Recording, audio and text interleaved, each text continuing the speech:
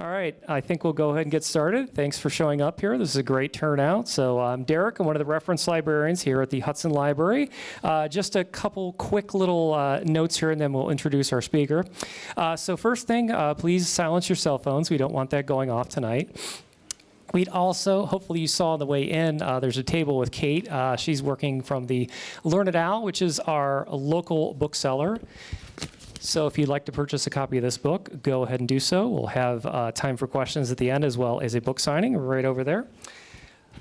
So a couple little things, and then I'll introduce our speaker here. So we have a flyer back there on the table. Looks like this. Also hudsonlibrary.org for some programming. We have a couple things you may be interested in. Virtual, we do virtual and in-person, but first a virtual you may be interested in. We have Dean Koontz. He's going to be virtual tomorrow at 7 p.m.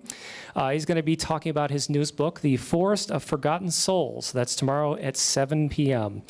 Two in-person programs we have on Wednesday, October 9th at 6:30. We have Lee McGowan, and she's going to be talking about her newest book, A Return to Common Sense, How to Fix America Before We Really Blow It. Then at the end of the month, we have a very popular program, so if you hear about it, definitely sign up. It is in person.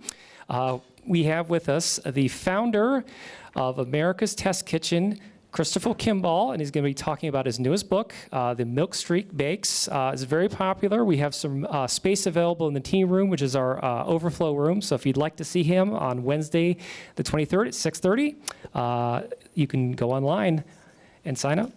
So now we have with us tonight, hopefully I'll get your name, I've practiced, Corey Brettschneider. Yeah. Oh, all right, good. He's with us tonight to talk about his newest books, The Presidents and the People, 5 Leaders Who Threatened Democracy and the Citizens Who Fought to Defend It. His PhD is in politics from Princeton and a law degree from Stanford, and he's the professor of political science at Brown University. He's written for the New York Times, Politico, Washington Post, and Time, and is the author of other books such as The Oath and the Office. He is also the editor series for Penguin Library and reviews numerous articles in top political science journals and law reviews, including American Political Science Review, Political Theory, and the Texas Law Review. His constitutional law book is widely used in classrooms throughout the United States. And now I'll turn it over to Corey. Thank you all. Great to be here. I was hearing a little bit about the history of the town, and I'm going to try to weave some of that in as I speak, particularly about Frederick Douglass. I'm going to talk mostly about the past and about history and about past crises of democracy, and specifically crises caused by presidents. And it's partly a worrying talk because it's about the vulnerability of American democracy, specifically the vulnerability of our democracy to an institution, the institution of the presidency. But as you'll see, this is also a book about hope. I think that you're going to leave here invigorated about the possibilities of American democracy, and particularly the possibilities of our democratic constitution. But I want to say just something first about the present before we go deep into the past, because this is a book that relates very much to the current moment. The book came out the day after the Supreme Court announced its now known as its immunity decision in Trump versus the United States. And for those who don't know, I'll just say what that is. And it's relevant because the decision, which caused a lot of controversy, meant that the book got a lot of publicity, and you'll see soon how it connects. But briefly, what the Supreme Court said in Trump versus the United States is that not just sitting presidents, but former presidents have immunity from prosecution, cannot be prosecuted, at least in regard to their official duties. Now, there are some caveats to that. It's known as a presumptive immunity. It could be overcome. It's official, not unofficial duties. But the court had never said that or anything like it before, although there's been an argument about immunity about sitting presidents that dates back to Nixon that I'll talk about. But what that sparked, the immunity decision, is a wider discussion about the question of whether or not presidents are above the law, and more broadly about the question of whether or not the institution of the presidency is so powerful that it's become a danger. And what the book is about, and now going into the history, is the notion that not only is it a danger now, it always has been from the very beginning. And so let me go back to the moment of the founding of the United States. You've all heard, of course, of Patrick Henry, the revolutionary hero who said, "Give me liberty, give me death." But less understood about Henry, in addition to his role as a revolutionary hero, is that he was an opponent of ratification of the Constitution. The document, of course, is written in Philadelphia. They're originally convening in order to decide whether to keep the Articles of Confederation, and they decide not to try to fix it, but to rewrite the Constitution, a much stronger federal government, and a much stronger executive branch. The executive power in the document is vested in the hands of one person, the President of the United States. And what Henry says is, do not ratify this document. The Constitution is written, and then there's a debate nationwide about ratification, and Henry is a leading opponent of ratification. Now, why? He says the institution that you've created of the United States presidency is so dangerous, it's going to actually collapse the system. That it assumes a virtuous president, and that's the language that Hamilton and Madison and other framers used to describe the idea of the president. They imagined, frankly, George Washington in that office, who had been quite modest as he presided over the Constitutional Convention. He was widely trusted. But Henry says, what if it's not George Washington at some point, but it's a bad person, not a person of virtue? And then he uses a phrase that really resonates today, or the question resonates, which is, he says, what if it's actually a criminal president? Now, he says, what's going to happen, and this is where it gets not just prescient, but a little frightening. He says, what's going to happen is that the criminal president will begin to commit crimes, and they'll realize not only that they have immunity from courts and that courts are not going to stop them, but really none of the supposed checks of the Constitution are going to work. Impeachment is supposed to be one of the main checks against a criminal president or a president that abuses power, and his prediction is it's not going to work. Federalist 78 talks about the Supreme Court enforcing the Constitution against an abusive president, and Henry's prediction is it won't work. And in fact, what he's going to do, Henry says, is as this criminal president realizes the checks aren't there, he is going to become more emboldened in his power until he, quote, crowns himself a monarch and says, and this is a quote, "Away with your president, we shall have a king." Crown himself a monarch. Declare absolute power and destroy the republic. That's the prediction. The normal checks and balances won't work, and in fact, it might, this institution of the presidency, be so powerful and it's unchecked that when this person arrives, the criminal president, the whole system will collapse. Now, going back to American history, what I'm going to try to describe to you today, and we could talk more, is 5 moments from the past, not talking about the current moment anymore, where we have had presidents who have not had a democratic idea of the presidency, not been virtuous in the sense that the framers thought, reinforcing the system, but have threatened it. And they've threatened it for 2 reasons. One is they've used their power, the vast power of the presidency there from the beginning, to not defend democratic institutions, but to attack them. And what these presidents have done is they have appealed in justifying that attack to an authoritarian idea, not a democratic idea of the presidency. We're going to see that with a variety of different presidents. And as Henry predicts, you might think the Supreme Court would come and stop it. Not only do they not stop it, but what I'm going to argue today and describe is how the Supreme Court actually made things in basically all of these cases worse. And impeachment, as Henry predicted, rather than being the check on power we would hope it would be, didn't work. So if that was it, why did American democracy not collapse? In fact, 5 times it might have collapsed. And the answer is, and this is the hopeful part of the book, that in each of these instances, what happened was not officials, not courts, not justices, but citizens appealed to a democratic idea of the Constitution, specifically thinking about its preamble, we the people, to revive American democracy. And they didn't just do this into a vacuum, they won. And that's the hopeful part. How did they win? They won by appealing to recovery presidents and recruiting them to the cause of restoring democracy.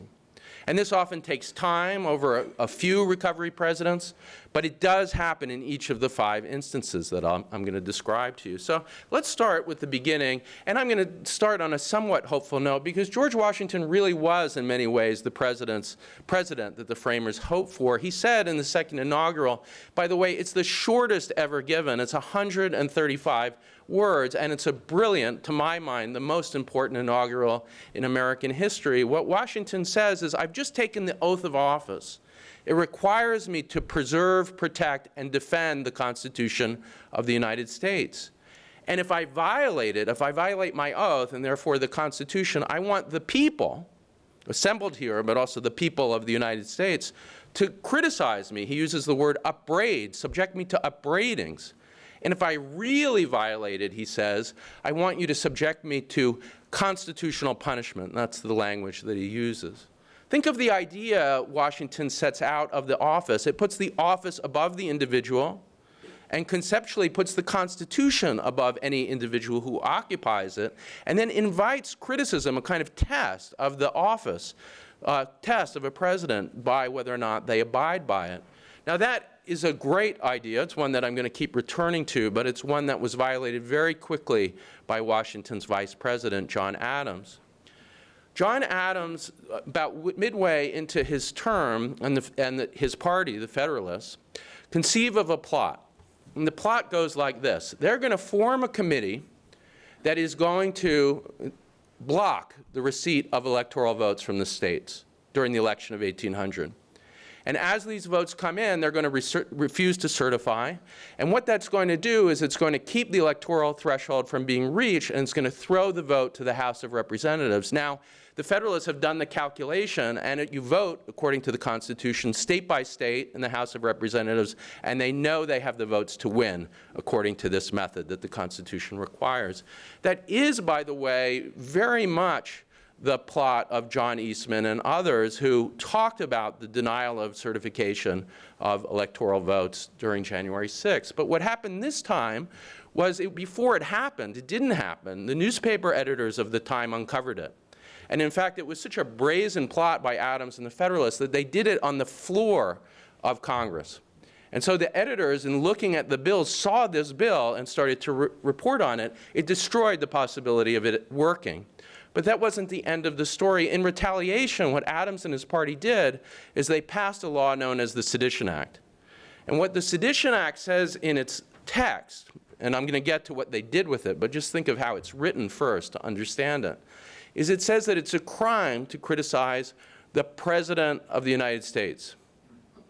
But now here's the caveat. It's not a crime, the way it's written, to criticize the Vice President of the United States. Now, I love, you could just tell when you have a lot of serious history students in the audience when people laugh, because of course, the Vice President is Thomas Jefferson, a member of the opposition party. It's gerrymandered to shut down the opposition party. That's how it's written. And in fact, the way it's used is prosecutors take this law under Adams' direction, with his spouse's help, and prosecute his opponents. Now, Adams is, has a mini-series. He's seen as a great learned president. McCullough, of course, has his book. Now, it's not that he's not learned. He is thoughtful, but his thoughts are really, at the time, anti-democratic. He has arguments for what he's doing. He thinks the Sedition Act is constitutional because while he recognizes there is a newly passed First Amendment that guarantees the right to free speech that can't be abridged by Congress, he thinks it replicates the right of free speech of England. And in England, you can't criticize the king. There is a sedition law there. And in fact, he thinks that there's too much of a constraint on the British king, and that there simultaneously should be less constraint on the American president. He, in other words, has a royalist dimension to what he's saying, and he appeals to Montesquieu and other scholars in order to see this. For him, the presidency is not based in we the people. It's not based in what he calls popular sovereignty. It's based instead in an idea of stability. So it makes sense to have a Sedition Act. And sometimes the impact of that act is understated. But But we now know what really serious research into the act shows is 126 people were prosecuted under it. It really was a shutdown of the opposition party, and we know Jefferson thought he might be among those who are going to be prosecuted. One of the people prosecuted included Matthew Lyon, a sitting congressman in Vermont. It also included these editors, who were in many ways the chief critics of Adams, and it made sense for him to criticize his chief critics. But there was a recovery. And the recovery is so important because without it, we wouldn't have had anything resembling American democracy. We wouldn't have had a very idea of multi-party democracy. So how did they do it? Their brilliant move, and you're going to see this throughout American history, is, first of all, they can't go to court. Because you might think, well, the Supreme Court should enforce the First Amendment. It had been passed, Congress shall make no law abridging freedom of speech. Sedition Act does that. They can't go to court because Samuel Chase, the most influential Supreme Court justice of his time, has lobbied for the act. And then he's gone and sat on the trial of Thomas Cooper and other editors to make sure not only that they're convicted, which he does, but that they can't even raise a free speech claim. So the editors are not going to just win in court. What they do, this is their brilliant maneuver, is they use their own trials to put Adams on trial and to make the case that the newly passed First Amendment isn't just a replication of what happened under monarchy, but that it is a right to dissent, a right to criticize a president. Now, we take that for granted because we see it on Saturday Night Live every week or whatever show you watch. But at the time, it's really not an established idea. And yet the editors are saying, no, this means a right to criticize the president. That's what the right to free speech is. And they don't just do it in their trials. They do it broadly, publishing the trials, publishing accounts of Adams' attempt to shut down the opposition party.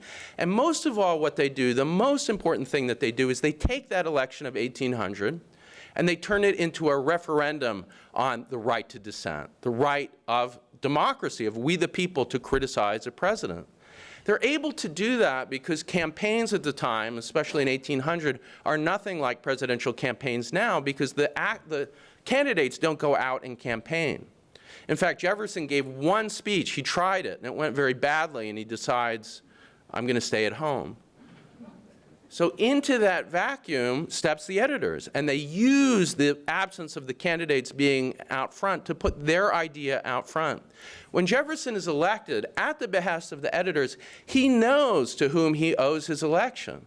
And he utters one of the most famous lines in presidential history, in presidential inaugurations. He says, and you've probably heard it, but now I'll give you the context, "We are all Federalists, we are all Republicans." And the reason for that line is to send the message that we're not going to shut down the right to dissent. He allows the Sedition Act, makes sure it expires, he pardons the editors, and it doesn't return. And there is a serious recovery establishment of this idea that the First Amendment is a right to dissent. Now, he's, of course, far from a perfect president. And even on this issue, he's far from perfect because publicly he's proclaiming and establishing this important norm, and that is a kind of recovery. But secretly, he does seek the prosecution of a couple of his opponents by appealing to those at the state level. A more full and serious recovery comes in the next administration. James Madison, even during the War of 1812, is facing massive calls, including especially from his own party, to shut down speech, to return to a Sedition Act. And everyone is saying, we know you opposed Adams, that you were with the editors. But this is different. It's an actual war. There was no war at the time that Adams passes the Sedition Act. It was a paranoid sort of worry about the opposition. And things are getting extremely heated. He's tempted to do it because a newspaper editor, this time a Federalist named Hanson, is attacked in a riot in Baltimore. In fact, his newspaper is burned and people are killed in the midst of this riot. And so he's got all the tools that he needs to bring back the Sedition Act, but he refuses to do it. He believes, unlike Adams, and writes about, you see this throughout his writings, after the Constitution is passed, as president and before, that the American Constitution is devoted to an idea of we the people, and it requires a right to dissent. And here's the kicker, even in times of war, and refuses to bring it back. That really establishes, even more than Jefferson, this right to dissent. But of course, America is not yet, even with this recovery, a full democracy or even close to it. And the next crisis is going to address that issue, the deep issue that faces the American Constitution and America from the founding. And that, of course, is the question of the enslavement of other human beings. Buchanan, James Buchanan, as he's running in his inaugural, pretends to be a kind of George Washington figure. He says, on the issue of slavery and generally on the question of whether or not it's protected by the Constitution, I'm neutral. It's the job of the Supreme Court, not a president, to interpret the Constitution. I'm going to say nothing. But Frederick Douglass and his allies are calling him out, suspicious that this isn't really what's going on. And now we know, years later, through extensive research, that Douglass was right. That far from being neutral, what Buchanan is doing is lobbying the Supreme Court to decide the Dred Scott case in the worst, most evil way imaginable, to decide it so as to decide that black Americans are not even citizens under the federal Constitution. And with his urging, with his lobbying of the justices, and with his clear signal that he'll support them, the Dred Scott case does almost the unthinkable. It denies all, even personhood, legal personhood, to black Americans, all rights. Now, the question at this time from abolitionists is, how do you oppose Dred Scott?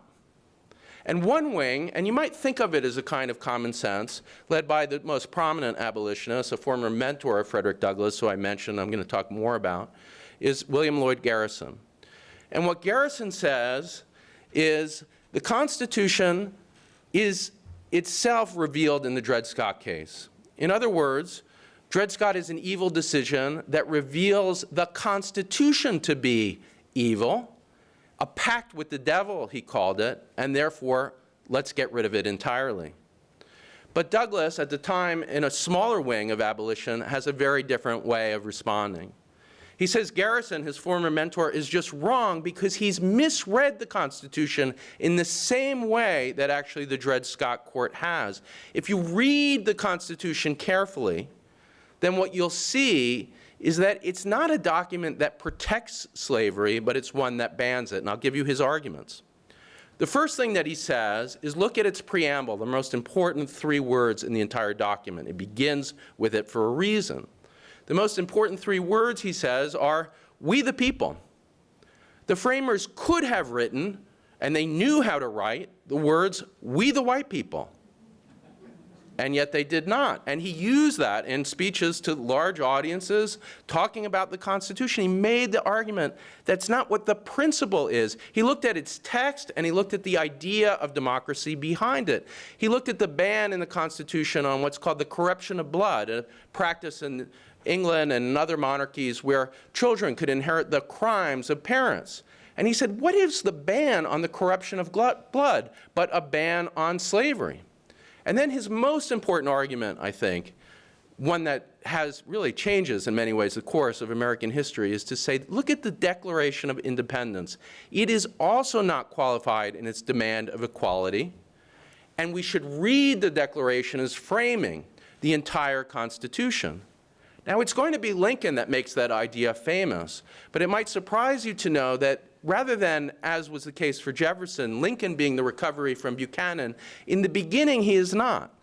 He's not quite Buchanan in terms of his pro-slavery views, but he's pretty far from an abolitionist or from Douglass. He thinks that the Constitution has to be read in a legalistic, not a moral way, that it protects slavery within the states, that Dred Scott is wrongly decided but has to be enforced, and that the Fugitive Slave Act is wrong, definitely morally wrong, but has to be enforced. And so Douglass sees Lincoln as an opponent. And in fact, he's had to flee, partly as a result of his association with John Brown, and I've learned about the town here and its kind of history of John Brown. But he has to flee the United States, and he's making these arguments that I gave you from abroad, from the UK. He's making these arguments. And Lincoln is starting to listen to them. And he's saying in particular, Douglass, the war has to be about recovery of the anti-slavery idea of the Constitution. Make the war about the Constitution. Make it about the immorality of slavery, something that Lincoln is very reluctant to do in the beginning. And as Lincoln is hearing reports, and he's also worried too, by the way, because Douglass is publishing a lot of this material in the UK, and it's not clear whether the UK is going to enter the war on the side of the South, something Lincoln's worried about. But as he's pondering this, Lincoln and Douglass actually meet face to face and have this discussion that I'm telling you about one-on-one. Douglass makes it personal. He knows how to use stories to his advantage. He says, my two sons are fighting in the Union Army, and yet they receive unequal pay because they are black Americans. And he's using that kind of story with the broader textual arguments, principled arguments about the meaning of we the people. Eventually, over time, we know that Lincoln changes his mind. And by the time of the Gettysburg Address, the most famous speech in American history, I think it's fair to say, think about what he does. The first thing he does is he dates the founding of America to not the birth of the Constitution, but to the Declaration. And then he uses the idea of democracy, the idea that Douglass is talking about to consecrate the war, that this is a government by, of, and for the people. And that's the way to understand the hallowed ground that he's speaking on. So Douglass's ideas start to infuse through the presidency the understanding of the Constitution. But when Lincoln dies, Douglass eulogizes him and praises him for his advances from where he started, but he calls him a white man's president. And he's trying to emphasize the idea that Lincoln has not come to really embrace the idea of American democracy. That will come more fully with Ulysses Grant, somebody that Douglass fully supports and sees really in the hope of finally realizing his ideas. Douglass's main way of summing up American democracy, he talks about the idea of equal citizenship that's enshrined in the preamble and these other provisions that I talked about. And when Grant supports not just the ratification of the 15th Amendment, banning the discrimination when it comes to the right to vote based on race, at least for men, and Douglass wanted more but was able to get that.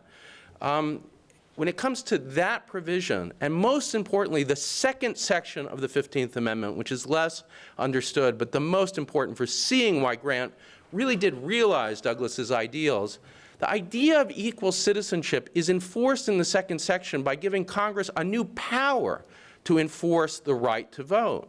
And it uses that power by passing what are known as the Enforcement Acts, including the Ku Klux Klan Act, which results in the prosecution of more than 1,000 white terrorists throughout the United States. The newly formed Department of Justice is formed in order to do these prosecutions. And in them, Douglass sees the realization of his idea of equal citizenship, realized not through a court, but through a president being willing to take out use these prosecutions through his Department of Justice. So you're seeing a pattern, right? Crisis, and then recovery not through courts. In fact, courts are making it worse, Samuel Chase, and I mentioned the Dred Scott case, but through recovery presidents acting at the behest of citizens. In the first case, the citizen editors who prevail on Jefferson to some degree, but really Madison. And in the second case, who prevail upon Lincoln, but really Grant in the fuller sense, to repair American democracy. That cycle is going to repeat when it comes to President Woodrow Wilson. And I'll say about President Woodrow Wilson, I don't think, when I was married about 25 years ago, I was married actually outside his house in Princeton. I thought this was a great president, and I have come to see through some of what you might have known already and through what I'm going to explain that that was a very wrong-headed idea. Wilson's house is there because, of course, he was a professor at Princeton. He was then also president of Princeton. And what happened when he left the university to become governor of New Jersey is a librarian there, and we were just talking about this, did a pretty amazing thing. The librarian realized this person was going to be historically significant. And he went out and collected the notebooks of all Wilson's students. And what Wilson taught, by the way, and this is crucial, is constitutional law and comparative politics. So I wanted to know, in a book, obviously, about this topic of the authoritarian interpretation of the Constitution by some presidents versus this more democratic idea. Where did he stand? And when I found the notebooks, and I'm pretty sure I'm the first to really look through them, they were in a box, many of them are leather bound. What's in the notebooks is startling, because what they show is a constitutional theory that is deeply authoritarian. Different than Adams, it's not about monarchy, it's about the idea that a president is the only person elected by all the American people, and that president therefore has unique powers, much stronger than the courts or than Congress, to carry out acts devoted to national efficiency. That's how he puts it. Now, if you're following me, you need to think about what is the opposite of national efficiency, and Wilson gives it a name. He calls it friction. So his job as president, or any president as he's writing as a professor, is to promote efficiency. Actually, on the German model of Bismarck, he's relying on comparative constitutionalism. Promote efficiency, oppose friction. Well, what is friction? Integration turns out to be the meaning of friction. And in fact, in his textbook at the time, you see this view even stronger. Wilson, in addition to being a professor and giving lectures, wrote a very popular textbook that was sold to families as a way of learning about American history. And he talks about the past and even about the Ku Klux Klan as a necessary way to reduce friction. Not the best way, but a necessary way. And when he talks about the amendments that I described Douglass advocating for, really Douglass's legacy, the 13th, 14th, and 15th Amendments, that's where in his constitutional law class he says something truly shocking. He says that the post-bellum amendments, as one of the students calls them, didn't add a single right to the Constitution. The 15th Amendment, for instance, the prize that I was talking about, is just left to the states to interpret. He eviscerates them. Now, I'm telling you all of this, and I think it hasn't been understood enough in recent history, but at the time, people called him out for it. William Monroe Trotter was a newspaper editor in Boston. Ida B. Wells, an anti-lynching advocate and writer. Her periodical was called The Free Speech. And they confronted Wilson about his views and his actions in the White House. And we know this because brilliantly what Trotter did is he leaked the transcript so he could read basically word for word what happened. There was a stenographer there. And the way it goes, they meet twice. The first time they come in and they say, you are, for the first time in American history, since Grant, resegregating the federal government. Post offices, for instance, had been integrated in employment. Now you're resegregating them. And he denies it the first time, but the second time, he's had enough. And he says, as he sees himself, the premier constitutional thinker of his time, talking to these people who don't have his level of knowledge, you don't know anything about the Constitution. And they're saying to him, you're creating a national system of second-class citizenship. And he says, all I'm doing is reducing friction. I'm creating separation. If you see second-class citizenship, it's you, Trotter and Wells, that are imposing it on the ideas that I'm bringing to life. He is not certainly the first racist, white supremacist president, but he is, I think, and I argue, the first white nationalist president. And they call him out for that because he's not seeing these ideas as regional. He's spreading them. The post office at the time isn't a minor part of the federal government. It's probably the most important part, and he's using it to spread this institution. Trotter and Wells both died despondent. In fact, sadly, Trotter kills himself, thinking that all is lost and that Wilson's view of America is going to prevail. And it does prevail for decades. It takes a long time to recover. In American history, we're often taught it's Brown versus Board of Ed that recovers the idea of the Constitution.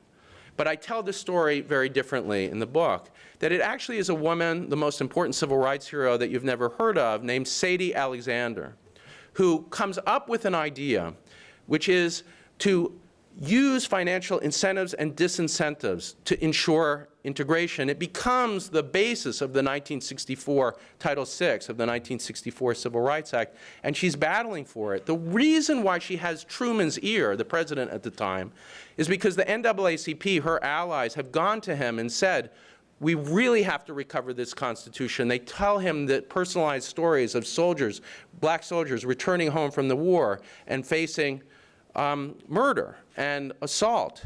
And he's moved. He wants to know what can be done. And so he creates this committee, and Alexander is able to maneuver through it in order to demand 3 ways to recover the American Constitution.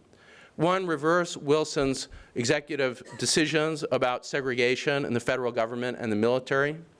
2, reverse the Plessy case, in a case in what becomes Brown, and in fact she's working with Thurgood Marshall to get these ideas into the report.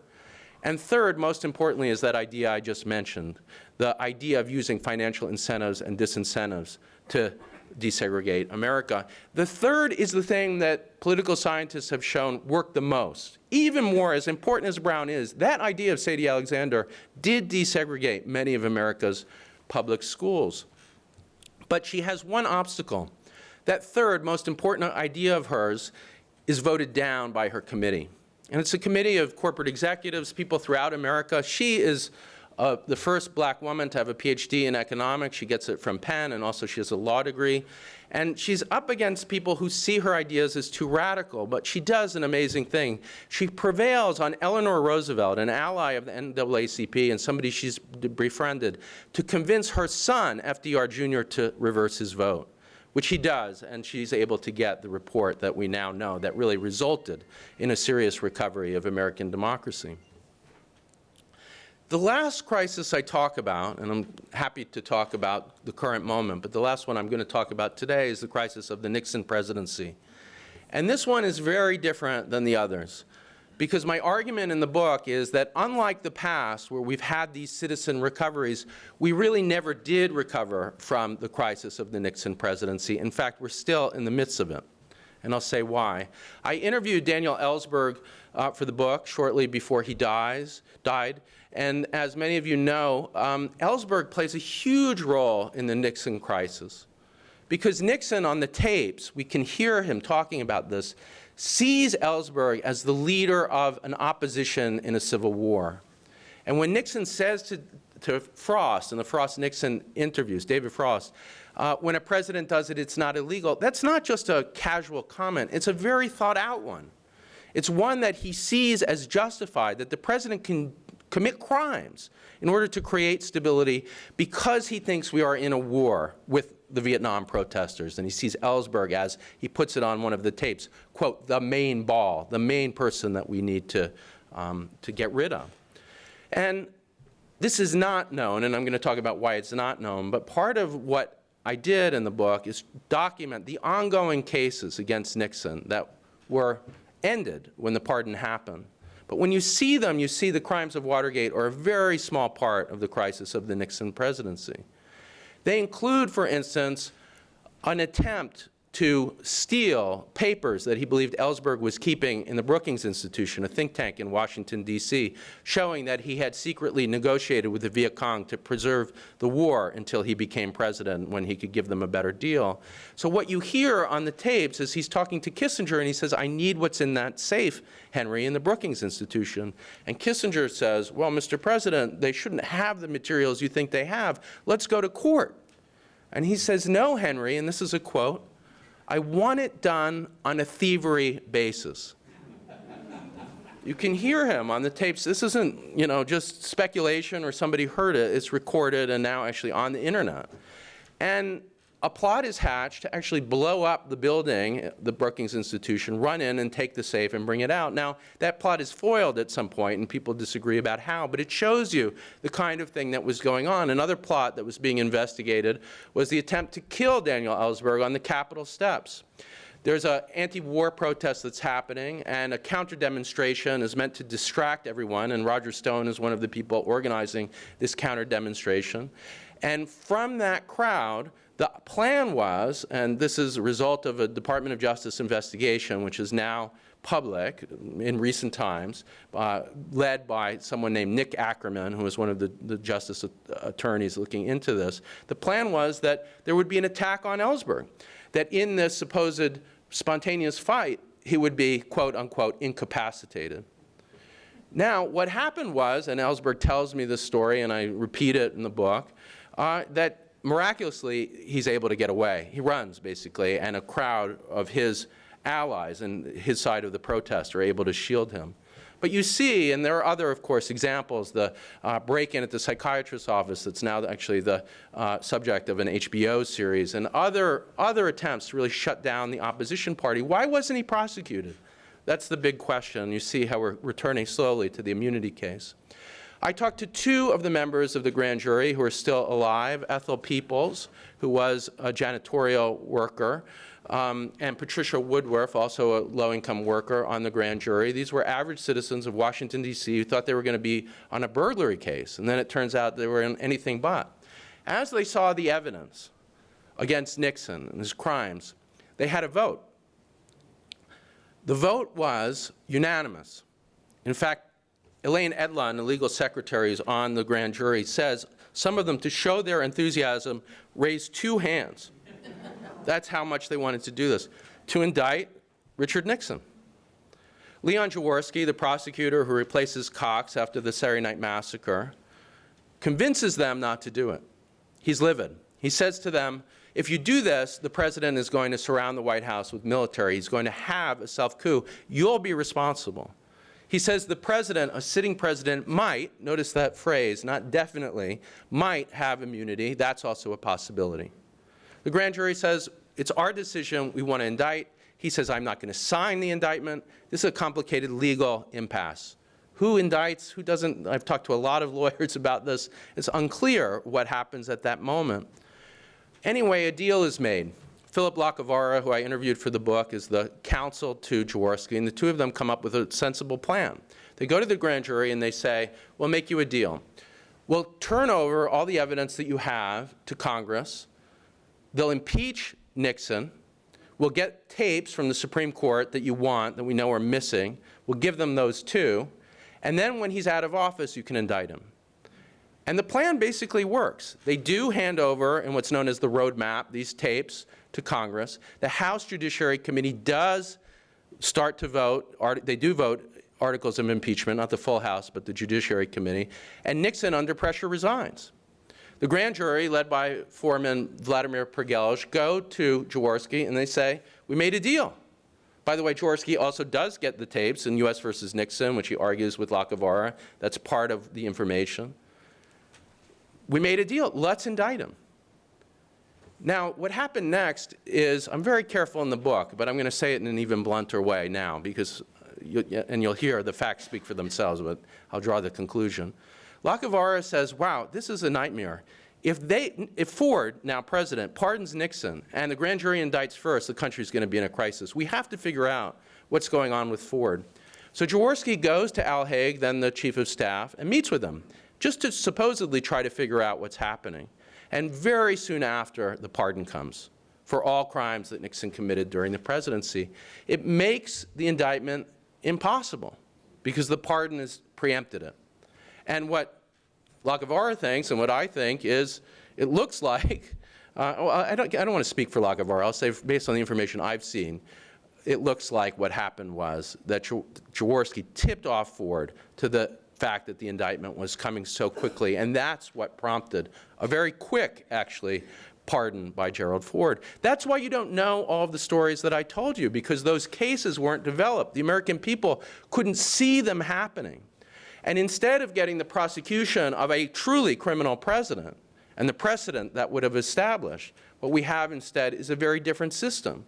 One in which the arguments about immunity, which were never about former presidents, they were about sitting presidents, have expanded way beyond what Ford thought possible. Ford, in the pardon, basically says that, of course, a former president can be indicted. Jaworski thinks, of course, a former president can be indicted. But the fact that we never saw the extent of Nixon's crimes meant that the pardon stood, and that America never really did recover this basic idea that we repeat all the time, supposedly the basis of the Nixon case, which is that no person, not even a president, is above the law.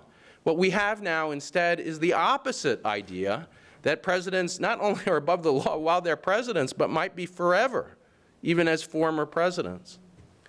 So you've seen this idea of crisis from presidents using their power and authoritarian interpretations of the Constitution. Courts make it worse. But the hopeful part, that's the danger of the presidency, the hopeful part is that citizens fight back. And they use the power of the presidency. They prevail on these recovery presidents to put back the ideas of we the people, of a democratic constitution, saving it from an authoritarian one. That happened during Adams, when the newspaper editors prevailed on Jefferson and Madison, Douglass prevailing on Lincoln and Grant, and Sadie Alexander and others prevailing on Truman and eventually Johnson, who signed those laws that I talked about, the 1964 Civil Rights Act and the 1965 Voting Rights Act. But the last crisis is very different. We are in it. We are in the midst of history. We are in the midst of a crisis that we haven't recovered from. So as much as the book is about history, it ends with a call to think about the present. So I'm happy to take questions and to have discussion. Thanks so much for listening.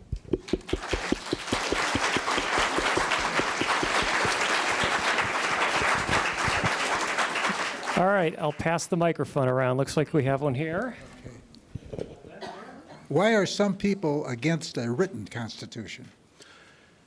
One thought, I guess, about it, and you could sort of see this through the argument that I'm talking about, is that a written constitution, especially if it's vague, doesn't really resolve our problems. It just postpones them. But in my view, I think actually that's a defense of the written constitution, because the reason why citizens are able to do what they did is that this isn't a constitution that's left to judges to interpret. We can all, today, you can leave here and read it for yourself. I told you the first, I think you all know this, but I told you the first 3 words are we the people. Don't take my word for it. Go and read it yourself. Now that ability to read it for ourselves, that's its great strength. So I think some think that its vagueness is a problem, but I think it's a strength. Others really want officials to be in charge of the law. I think that's the point, in some ways, of the British tradition of the so-called unwritten constitution. Judges are going to determine it. But to me, it's about what the people think. Thank you very much for sharing abundantly your scholarship. Thank you. And not only in your book, but in your presentation tonight. You've made a number of points of research, and some of that may be based on your astute opinion. In the 5 that you have described tonight, have you received any opposing viewpoints, and for whatever reason, and what would be the basis for opposing what you have researched so thoroughly? Well, I think the Adams has got to be the main one that I expected. And, you know, the book is still somewhat new, so we'll see. But I anticipate, because I really am challenging the narrative that many, many presidential historians have taken towards Adams. And I've suggested they're doing this partly by underplaying the vast number of cases that were actually brought in the Sedition Act. And another way of doing it is to say that was one issue among many. But I think when you really understand that it was a shutdown of the opposition party, not just the prosecution of some poor editors, that you start to see it's not a non-issue. I do think, and I'll just say, that there's a general problem more generally, and you know, I think this is true of McCullough, for instance, who is famous for writing about Adams, of portraying American history and these presidents as heroes because they were learned, because they were thoughtful. And I think being thoughtful turns out not to always be the best thing for American democracy. And we've conflated this idea of being learned with being virtuous in the way the framers meant it. So I think that's the other thing I think I'm trying to correct. And yes, I think on Adams there'll still be some of his defenders, and I'm happy to engage them. Thank you for pointing out that we're still in history. If I remember correctly, and this may be incorrect, and if so, please tell me, what Nixon actually said in that interview is that when the sovereign does it, it's not illegal. It was an even grander claim than the president. He does say that, and Ellsberg picks up on it, actually, in some of his critiques, that he's conflating, and I quote that, actually, that he's conflating the idea of the sovereignty with the president, that he's the sovereign. And of course, the response, the thesis of the book, of the editors, of all, Douglass, of all, is we the people are the sovereign. And yet he said that. Now, it's not as you say, he's got a theoretical argument. That is one thing that he says, and then he tries to defend it. He doesn't necessarily think that the president is always the sovereign, as you put it, but in times of war, he thinks that's true. So that's why the war with Ellsberg and how dangerous Ellsberg is so crucial to his view. One thing about Adams, but it's true of Nixon too, actually it's true of basically all of the 5 that I talk about, is they are smart people. They are lawyers. They have thought about these issues. They have arguments. I could have written a book that's like, here are 5 bad presidents, and you see stuff like that all the time. I think what makes this book, frankly, subtler is that I go into defending the view as they saw it. And Nixon, Adams, I didn't talk about Andrew Johnson, but he tried to bring back slavery under a different name of second-class citizenship, also a lawyer. These were Wilson, the premier constitutional thinker of his time, and Adams, who truly is learned. I mean, he writes these massive books of political theory. They're praised as genius and all of this. I read them. They're like, okay, but, but you know. So it's not that they were bad. They have these views. And what I'm trying to show is that's dangerous. And yet the common sense defense of we the people often comes from people with a lot less formal training because they can see their rights being violated. Think of the newspaper editors or Douglass. See right there the meaning of the words because it's impacting them. And they're appealing to, and I think to go back to your question, this is the right way to read it, a kind of basic morality, a common sense morality as you read the text. That's why the document is so powerful. And that's what they're doing. And these presidents are doing something very different. Thank you for coming. I used to live near Princeton, so I didn't get married there, but can you just talk a little bit more about Frederick Douglass's interpretation of the Constitution versus Lincoln? So like Douglass is in that small minority who kind of sees this as Yes. A strong anti-slavery strand, and others are saying, no, this document just laden, got all these clauses. I know scholars like Paul Finkelman will give you maybe 10. Some will give you 3 or 4. Like, how do you see that playing out with Lincoln in terms of like the 13th Amendment? Like, if Lincoln believed Douglass was right, do you really need? Yes, that's a great 13th question. Amendment? Thank you. Terrific question. I'll say just a little more about Lincoln, then I'll turn to why you need the 13th Amendment on the Douglass view. He has a very legalistic way of thinking about the Constitution, and he gives a very famous speech, actually, known as the Lyceum Address, early in his career before he's president, where it's a brilliant speech, but it's a defense of his as opposed to Douglass's view. He says that, look, you don't want the president opining on the morality of the Constitution because that makes them into a kind of dictator. And so you don't want a Caesar. Now, how are we going to protect that? We need a president who reads the Constitution as just a legalistic document, who cares about morality but reads it in a very different way. Now, what Douglass is saying to him is you've already started to suspend the Constitution. You suspended habeas corpus in the name of union. If you're going to do all of these radical things, why not do it in favor of we the people, of the morality of the war, of the main thing that's being violated? And so Lincoln really goes from this legalistic reading, which, as I said, supports slavery within the states as legal, thinks Dred Scott's wrongly decided but has to be enforced, Fugitive Slave Act is, and he just transforms his view by the time of Gettysburg, which is the greatest speech of all time, not because it's legalistic, but because it speaks to the Constitution's democratic morality and ties it to the war. Now, why would you need a 13th Amendment if it's already there? Or why would you need a 14th Amendment guaranteeing the phrase? And Douglass, unfortunately, doesn't get credit for this. I really try to correct the record. He uses the phrase equal protection throughout his speeches. And that's the language. The most important 2 words of the 14th Amendment are equal protection. And the 15th Amendment, as I said, giving this enforcement power. And the answer, I think, for both Lincoln by the end, and certainly for Douglass, is clarification. That these principles are there, but they're too vague. And so what the amendments do, and often this will happen, that you need amendments in order to clarify a more pure meaning of the Constitution. So Lincoln does think that you need the amendment, and Douglass does too, but for Douglass certainly it's for this purpose of clarification. Lincoln, you know, as I said, Douglass calls him a white man's president because he's moving towards this view. How far he went, it's unclear. He does talk, for instance, about the voting rights for black soldiers in the speech before he's murdered. So he's headed in that direction. But I would say clarification, at least on the Douglass view, is why you need the amendments. You addressed this briefly about the original system for selecting a vice president, which was the runner-up. But most of the early presidents were, quote, founding fathers, or all of them were, I guess.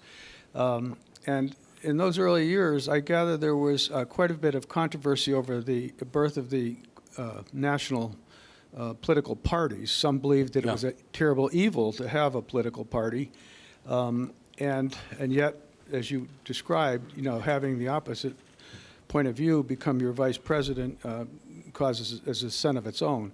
So could you comment on that and how that changed and how it may tie into your theme? Yeah, I think it's a great question, and it helps explain, I think, some of the justificatory apparatus that's in Adams' brain that leads him to think that the proper thing to do, you know, and he isn't a criminal, Adams, I should say. He's an authoritarian with a deep idea of monarchy at the core of the Constitution. That's different than, for instance, Nixon. But I think what he thinks is parties are dangerous, and this opposition is threatening the stability of the president. Now, you see what that leads him to do. It leads him to literally shut down his critics and dissent. And so I think what you get in the book is a kind of defense of parties and even partisanship when it's at the behest, in this case, for instance, of basic rights, like the right to dissent. And you see that if the language of nonpartisanship, although there's a place for it, is used to literally shut down the opposition parties, shut down the opposition, that can't be a democratic form of government. It's an authoritarian one. In this modern media environment, do you think these corrections are easier or harder? It's a great question. And I'm going to lean on my theme of hope. You know, I promised you hope, and I think we can get hope here. The part of the question that I don't want to hide from is during Watergate, there's media consolidation. I mean, the numbers of people who are watching the Watergate hearings are so much larger than any show that you could find on any network or internet, anything like it. So you might think, wow, the fact that media is so fragmented now makes it harder to have the kind of recovery I'm talking about. But remember, that's the one that didn't fully recover yet. And the ones that did, media is even more fragmented. So Frederick Douglass's paper and another periodical that he had called the North Star, his most famous periodical, their subscriberships are in the thousands. So the idea is the newspaper editors that I'm talking about, not large subscriptions. So it's really small groups of people, I call them democratic constitutional constituencies, these readers and the writers and leaders of these movements that are able to put things on the agenda like the right to recover free speech, the idea of equal citizenship, and prevail. Successfully, they win on recovery presidents. So we are now living in a very fragmented media environment. But I think we could look to those examples and see, you know, we recovered then, maybe we can recover now, even though we have fragmented media. I was wondering if you'd be willing to comment on Frederick Douglass's interpretation of equal protection of the Constitution as it applies to women. Yeah. Well, he certainly believed that it should apply to women. And he opposes, actually, ratification of the 14th Amendment, even though it's using his words, because it doesn't have a full-fledged sovereignty. Now, when it comes to the battle for the 15th Amendment, there's a debate. And unfortunately, allies who had battled for both non-discrimination, the right to vote, in regard to race and in regard to sex, they together are allies, and there's a break. Because there's a realization at some point that the Republican Party isn't going to go for an amendment. It isn't realistically going to pass if it includes both. And many of the defenders of suffrage actually become Democrats. And it's a really unfortunate split at this time. But Douglass, I'll just defend him a little bit. He never stops talking about the idea that this amendment is incomplete. Now, why would he go for it, given that it was incomplete? Why not take a stand as a matter of principle? And I'll give you his argument. His argument is that the voting rights are not symbolic or about electing your favorite candidate or about a policy issue. They're about self-defense. In the election of 1866 and the election of 1868, there is a massive amount of murder of black voters going out to vote. And what Douglass is trying to do is not get some symbolic amendment. He's trying to get these laws on the books that Grant does use to prosecute the murderers. White terrorists, I said, over 1,000 prosecutions. So that's his argument, and that's the argument of those who take their side, that we wish we didn't have to choose, but it's a question of life and death, and that's why we're going to take this imperfect amendment. Okay, I think now we're going to take our book signing now, so let's thank our author again. Thank If you want to all get your book so much. signed, you can go Look there. forward to talking to you over there. Thank you.